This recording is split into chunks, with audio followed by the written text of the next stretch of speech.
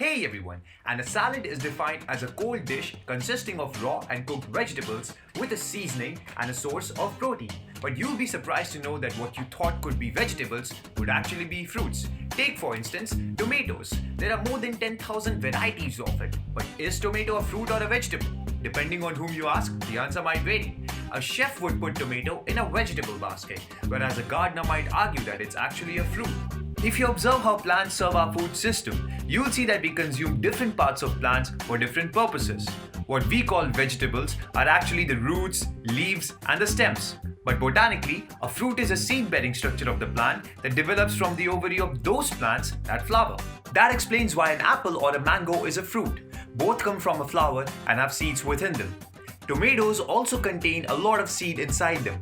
They come from a yellow flower and are therefore classified as fruits. But so are bell peppers and eggplants.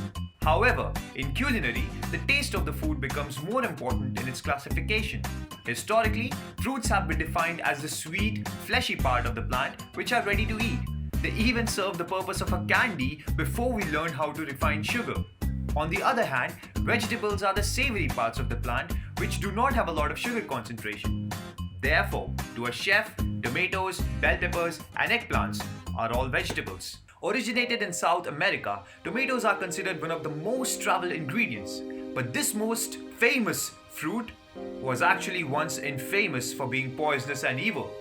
A lot of Northern Europeans used to believe tomato to be a very close relative of the nightshade family and hence poisonous.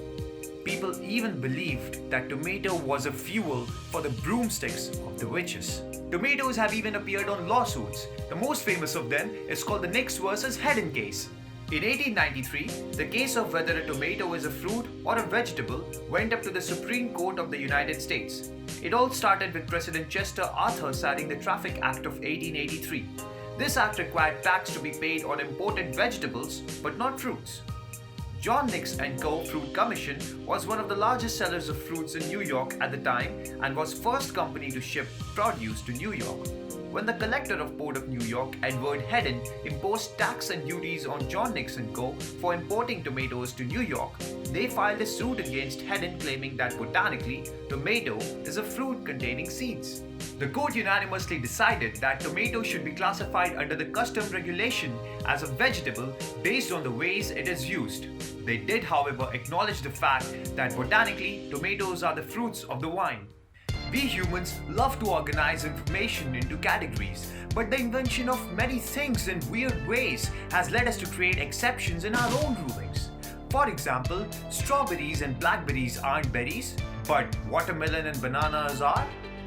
But as Miles Kingdon put it, knowledge is knowing that tomato is a fruit, not a vegetable. Wisdom is not adding it to a fruit salad. And as always, thank you for watching.